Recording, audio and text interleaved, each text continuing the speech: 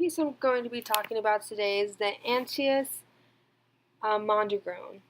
It is a Greek art made in 130 AD in Paris. It depicts the Roman Emperor Hadrian's lover Antius. The sculpture was made in high marble with 31 holes in 3 different sizes that has been drilled for the attachment of a headdress in metal. The sculpture has also lost eyes in metal, ivory, and colored stone, with the eyes and the attribute on the top of the head were added separately. It can be identified as a him with the bushy eyebrows, full lips, extremely serious expression, and the head's twist down and to the right. After 1807, a brown layer of wax was added to give an opaque finish, along with plaster around the base of the neck to make the statue look more complete. These were both removed in recent cleaning. Crowned with lotus, indeed, again beats the records in the category of busts, heads, and herms. Valued at 50,000 francs, this colossal head of the utmost beauty, which must have belonged to a probably clothed statue for the worship of Antius as god, was repatriated to Rome by the Borghese from their villa at Mondragon, near Frascati, at the end of the 18th century.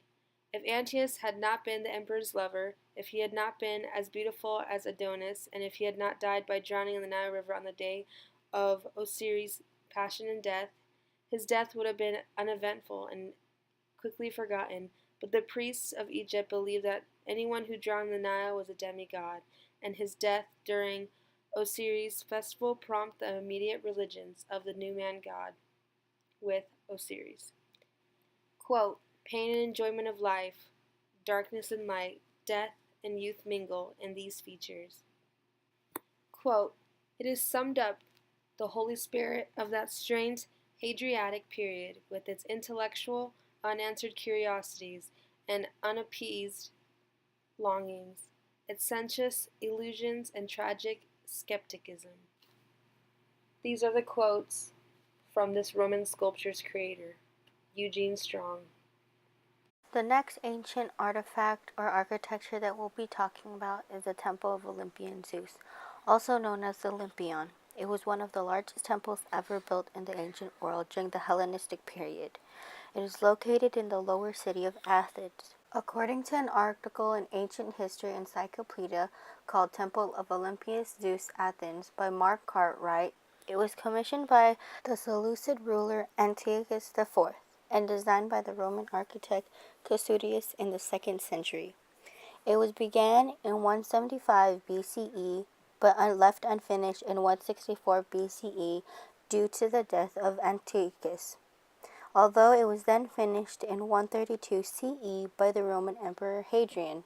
According to Stockton Art History Revised Edition, New York 1999, the Great Corinthian columns might have been the 2nd century BC originals or Roman replicas of them, but they were 57 feet above the styloplate.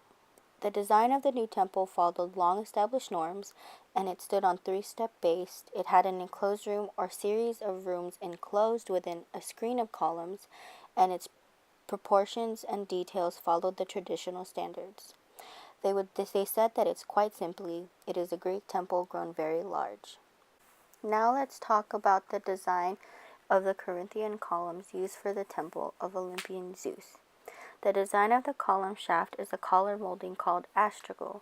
Now, astragal is a small semicircular molding around the top or bottom of the column. The temple itself is made of limestone and covered with stucco. Inside the temple, there are 2 statues, both of Zeus and Hadrian, who is the Roman emperor.